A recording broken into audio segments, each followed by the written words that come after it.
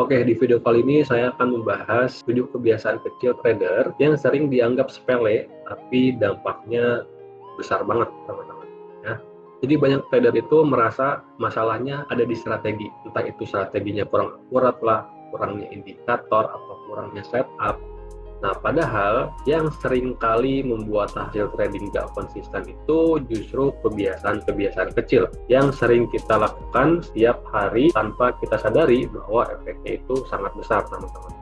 Oleh karenanya banyak dari kita yang sudah belajar banyak ya dari trading, tapi hasilnya itu belum konsisten, teman. Karena yang sering dilupakan itu cara kita menjalankan rencananya. Jadi hasilnya itu masih belum konsisten ya, terus juga mudah over trading, mudah emosi dan lain sebagainya. Jadi di sesi kali ini kita akan membahas 7 kebiasaan kecil seorang trader yang kelihatannya sepele tapi punya dampak besar terhadap hasil dan konsistensi trading itu sendiri, teman-teman.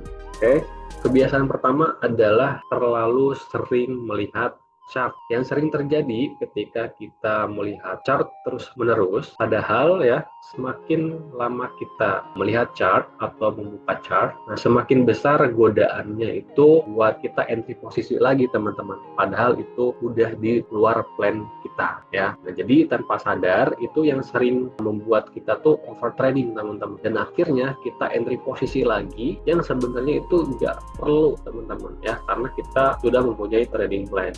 Nah, karena kita sering melihat chart ya, kita terus liatin chart, jadi seakan-akan misalkan nih ada peluang bagus, padahal kan itu belum tentu bagus karena kita belum analisa. Jadi keputusannya itu kan secara impulsif, teman-teman, bukan secara objektif. Nah, dampaknya apa? Nah, dampaknya nanti kita bisa overtrade ya, seperti itu. Jadi semakin sering kita melihat chart ya, semakin besar godaannya melanggar trading plan kita. Jadi solusinya, teman-teman, yang pertama tentukan jam trading ya. Yang kedua, kalau misalkan kalian sudah entry sesuai plan, tutup chart, teman-teman ya. Jangan kalian buka chart lagi. Karena apa? Kalau misalkan kalian melihat chart lagi, nanti kalian bawaannya tuh pengen entry lagi, teman-teman. Oke, yang kedua adalah kebiasaan trading sambil banyak pikiran. Nah, di kondisi seperti ini ya, kita cenderung lebih reaktif di chart, teman-teman. Lebih mudah ragu, lebih gampang melanggar plan ya. Nah, jadi saat emosi tidak stabil, itu respon kita ke market itu biasanya berubah. Kita jadi lebih impulsif dalam trading ya. Terus juga lebih cepat panik saat floating minus ya, atau terlalu euforia saat kita profit, teman-teman. Nah, kalau misalkan pikiran kalian lagi suntuk ataupun kurang baik pikirannya atau emosinya, chart itu akan terasa lebih rumit, akan terasa lebih ribet. Bukan karena marketnya susah, tapi karena fokus kita tuh lagi kebagi. Jadi fokus kita tuh nggak semuanya terfokus pada market, karena emosi atau pikiran kita lagi banyak di luar market ini, jadi ya ke bawah gitu saat kita trading. Itulah yang membuat keputusan-keputusan itu jadi kurang baik ya, jadi impulsif dan lain sebagainya. Yang terjadi apa? Nanti kalian ketika trading, entry kalian tuh jadi ragu-ragu, teman. Padahal analisa kalian tuh udah bener kayak biasanya. Karena banyak pikiran, jadi ragu-ragu untuk entry posisi. Terus nanti stop loss dan take profitnya digeser-geser.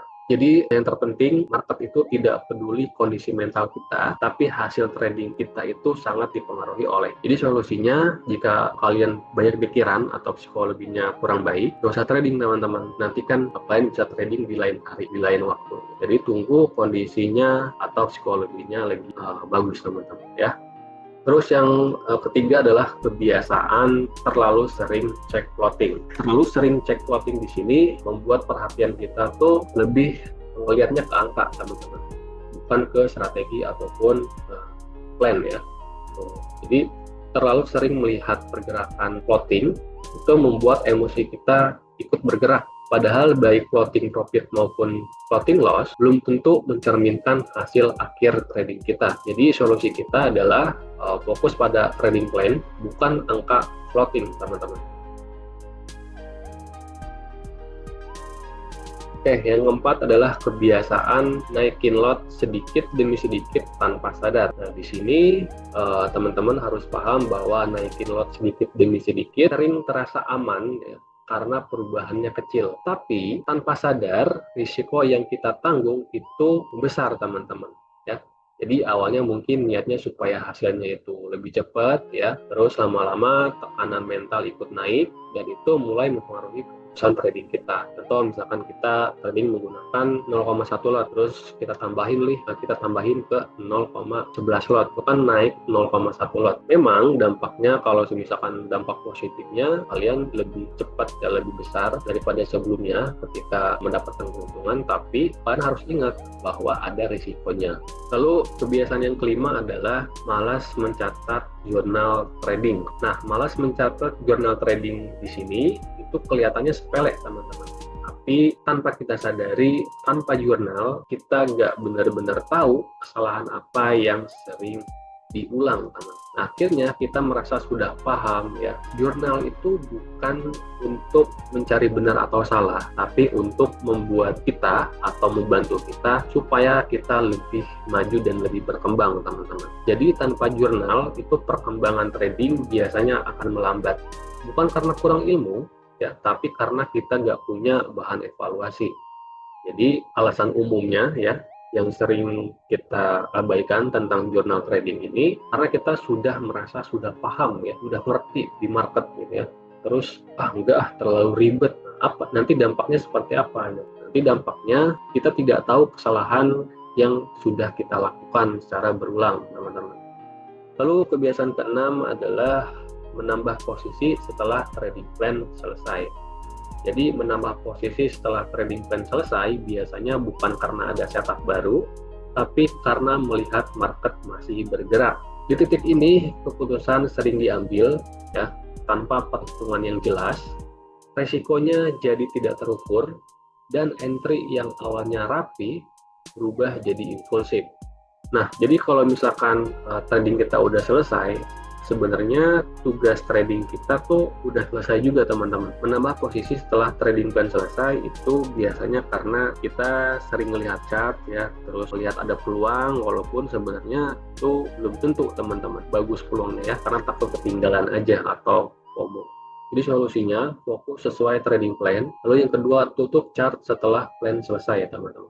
Lalu kebiasaan yang terakhir atau kebiasaan yang ketujuh, lupa mengecek kalender news. Ini masih sering terjadi ya terhadap para trader ketika mereka lupa mengecek kalender news. Jadi entry technical sebagus apapun ya, kalau misalkan ada news high impact itu bisa menghancurkan setup kita atau analisa kita, teman-teman. Kalau misalkan berlawanan ya. Contoh kalau misalkan kalian entry posisi ya, ketika news high impact, nanti kan spreadnya itu melebar, teman-teman. Terus kita cepat terkena stop loss karena pergerakannya sangat volatil. Apalagi kalau misalkan newsnya itu berlawanan dengan entry kita. Jadi marketnya itu akan bergerak liar, teman-teman. Ya, solusinya apa? Biasakan cek kalender atau cek news setiap hari sebelum kita trading. Terus hindari entry menjelang news high impact release ya. Oke, jadi kesimpulannya kebiasaan kecil itu menentukan hasil yang besar karena hal-hal kecil ini membuat kita lebih disiplin ya, teman-teman, dan lebih penting daripada strategi apapun, teman-teman ya. Jadi sebagus apapun strategi kalian, tanpa kalian disiplin ya akan hancur, teman-teman, seperti itu ya. Jadi market itu tidak perlu dikalahkan, yang perlu dikendalikan adalah diri sendiri, karena yang sangat berpengaruh itu adalah ego. Ketika kita bisa mengontrol ego kita, saya yakin 100% kita akan sukses di dunia trading ini. Oke, sekian pembahasan di video kali ini, semoga video ini bermanfaat ya. Terima kasih banyak, sampai jumpa di video berikutnya.